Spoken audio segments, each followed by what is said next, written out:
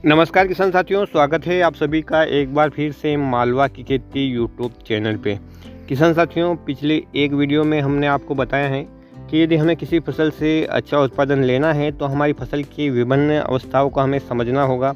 कब तक पौधे की वृद्धि होती है, कब उसमें फूल या फलियाँ आती हैं और कब वो पकने की ओर अग्रसर होती हैं, कौन से पोषक तत्व की किस समय उसे अधिक मात्रा में आवश्यकता है और उसकी यदि कमी हो जाती है तो हमें क्या फ़र्क देखने को मिल सकता है। किसान साथियों, पिछले एक वीडियो में मैंने आपको लहसुन की फसल में 05234 का जो वाटर सोल्यूबल फर्टिलाइज़र आता है उसका प्रयोग करने का समय और उसके फ़ायदे के बारे में बताया है। और आज के इस वीडियो में हम बात करेंगे लहसुन की फसल में 0050 जो कि वाटर सोल्यूबल फर्टिलाइज़र है, जिसे आप पोटेशियम सल्फेट के नाम से भी जानते हैं, का प्रयोग कब करना चाहिए, कितनी मात्रा में करना चाहिए और इसके फ़ायदे हमारी फसल में क्या होते हैं, इसके बारे में बात करेंगे। तो पूरी जानकारी के लिए आप वीडियो को आखिरी तक ज़रूर देखिएगा।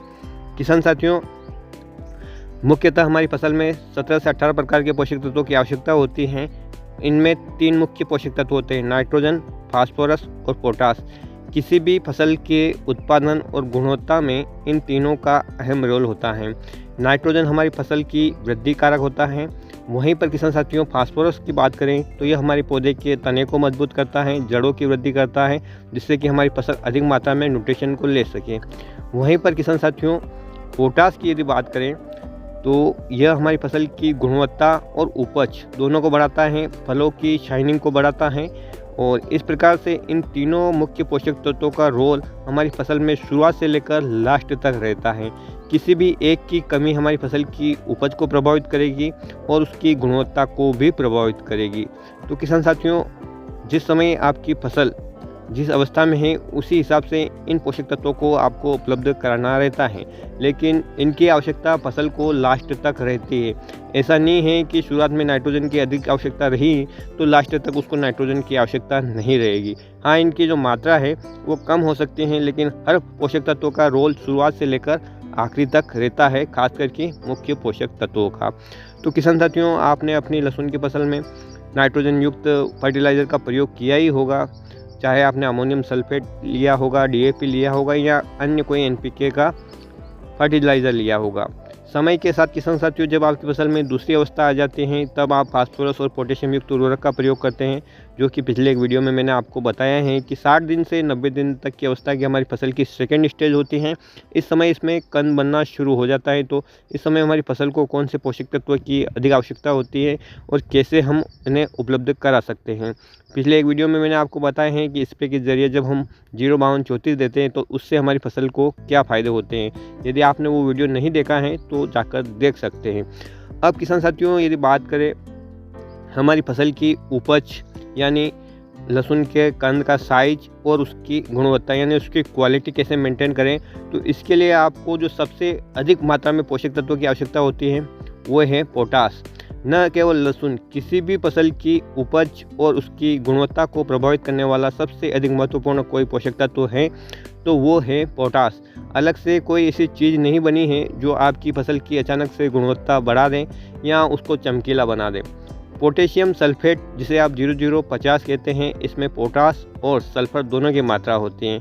क्योंकि किसान साथियों, आप जानते हैं कि लहसुन और प्याज में एक तीखी महक होती है और ये सल्फर के कारण ही होती हैं।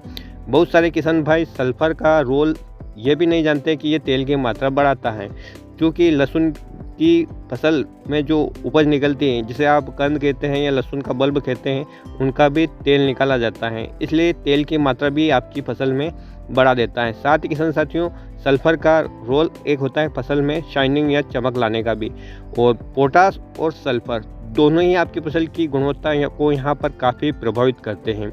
इस समय किसान साथियों, आपने यदि आपकी फसल में पोटेशियम युक्त उर्वरक का प्रयोग किया, खास करके सल्फर बेस, तो वो आपकी फसल के लिए 1 और 1 11 मिलकर काम करते हैं, यानी दोनों का कॉम्बिनेशन एक अच्छा कॉम्बिनेशन है और आपकी फसल की गुणवत्ता और उपज दोनों को प्रभावित करते हैं। तो किसान साथियों, आप अपनी फसल में इस पोटेशियम युक्त उर्वरक का ज़रूर प्रयोग करें, जिसे आप 0050 के नाम से जानते हैं। किसान साथियों, यह आपकी फसल की तीसरी अवस्था यानी यूँ कहें तो 90 दिन की बाद की अवस्था में इसका प्रयोग आप कर सकते हैं। इसका स्प्रे कर सकते हैं, आप इसका फर्टिगेशन भी कर सकते हैं, यानी इसे आप पानी के साथ भी चला सकते हैं। दोनों का डोज अलग अलग रहता है। स्प्रे के माध्यम से आप इसका प्रयोग करना चाहें किसान साथियों तो 750 ग्राम से लेकर 1 किलो प्रति एकड़ तक की इसकी मात्रा आप ले सकते हैं। इससे अधिक मात्रा न लें, आपकी फसल की पत्तियों को नुकसान हो सकता है और इस पत्तियों को यदि नुकसान होता है तो उसका जो प्रभाव सीधे से आपकी उपज पे पड़ेगा, इसलिए आप इसका अधिक मात्रा में प्रयोग ना करें। इसके अधिक डोज होने के कारण किसान साथियों आपकी लहसुन की फसल की जो पत्तियां हैं वो कड़क हो जाती हैं, उनमें ग्रीननेस कम हो जाती है, जिसके कारण फसल पूरी तरह से भोजन नहीं बना पाती हैं और आपकी फसल की उपज और गुणवत्ता दोनों प्रभावित हो जाती है। इसलिए आप इसका लिमिटेड डोज ही प्रयोग करें। साथ ही किसान साथियों, यदि आप इस समय सिंचाई कर रहे हैं 90 दिन की बाद की अवस्था के बाद, तो आप उसमें फर्टिगेशन के रूप में या यूँ कहें कि पानी के साथ भी इसको चला सकते हैं। पानी के किसी पात्र में आप घोल लीजिए। यदि आप ड्रिप फर्टिगेशन कर रहे हैं तो ड्रिप में चला सकते हैं, आप स्प्रिंकलर में भी इसको चला सकते हैं और यदि आप खुली सिंचाई करते हैं तो पानी के साथ इसको टपक टपक करके पानी के साथ बहा सकते हैं या किसी अन्य तरह से अपने खेत में डाल के फिर आप सिंचाई कर सकते हैं। तो फर्टिगेशन के लिए इसकी अलग मात्रा रहती है 3 से 4 किलो प्रति एकड़ और स्प्रे में 750 ग्राम से 1 किलोग्राम प्रति एकड़ के हिसाब से। इसके साथ किसान साथियों, यदि आपकी फसल में कोई थ्रिप्स वगैरह कीट हैं तो उसका भी स्प्रे कर सकते हैं। कोई फंगीसाइड का भी स्प्रे करना चाहे तो आप कर सकते हैं यदि आपकी फसल में कोई रोग हो तो। और इसका स्प्रे आप हमेशा शाम के समय करें तो आपको अच्छे रिजल्ट मिलते हैं। पानी की अच्छी खासी मात्रा रखें किसान साथियों। आप 1 एकड़ के लिए कम से कम 200 लीटर पानी का यूज़ अवश्य करें, क्योंकि इस समय आपकी फसल में काफ़ी सारी पत्तियां होती हैं और पूरी तरह से फसल अच्छी तरह से तरबतर हो जाती हैं, तो आपके जो रिज़ल्ट हैं वो और भी शानदार मिलते हैं। किसान साथियों, आपको चिपको का प्रयोग ज़रूर करना है ताकि आपके रिज़ल्ट हैं वो पूरे के पूरे मिले। इस 0050 का प्रयोग किसान साथियों आप अपनी फसल में जब भी करें तो एक क्यारी को आप छोड़कर देख लीजिए ताकि आपको विश्वास हो जाए कि ये रिज़ल्ट देता है या नहीं देता। एक क्यारी पे आप स्प्रे ना करें, जब आप फाइनली किसान साथियों अपनी लहसुन को उखाड़ेंगे तब आपको वहाँ पर इसका फ़र्क दिखेगा। यदि आप पूरे प्लॉट में डाल देते हैं तो फिर आपको फ़र्क कैसे पता चलेगा कि इसका प्रयोग करने से फ़ायदा हुआ है या नहीं।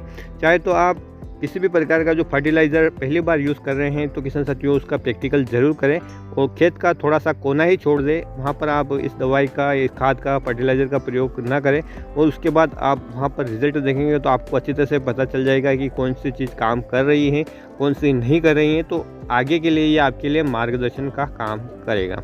तो किसान साथियों, उम्मीद करता हूँ कि ये जानकारी आपके लिए लाभदायक रहेगी और कुछ समस्या हो तो किसान साथियों आप कमेंट के माध्यम से पूछ सकते हैं। जितना मेरा नॉलेज होगा, जितना मेरा अनुभव होगा, उतना मैं आपको बताने की कोशिश करूँगा। यदि आपको वीडियो अच्छा लगे तो अन्य किसान साथियों के साथ इसे शेयर ज़रूर करें और किसान साथियों वीडियो पे, चैनल पे आप बने रहें और अन्य दोस्तों के साथ भी किसान साथियों इन वीडियो को शेयर करते रहें ताकि उन्हें भी इस जानकारी का लाभ होता रहे।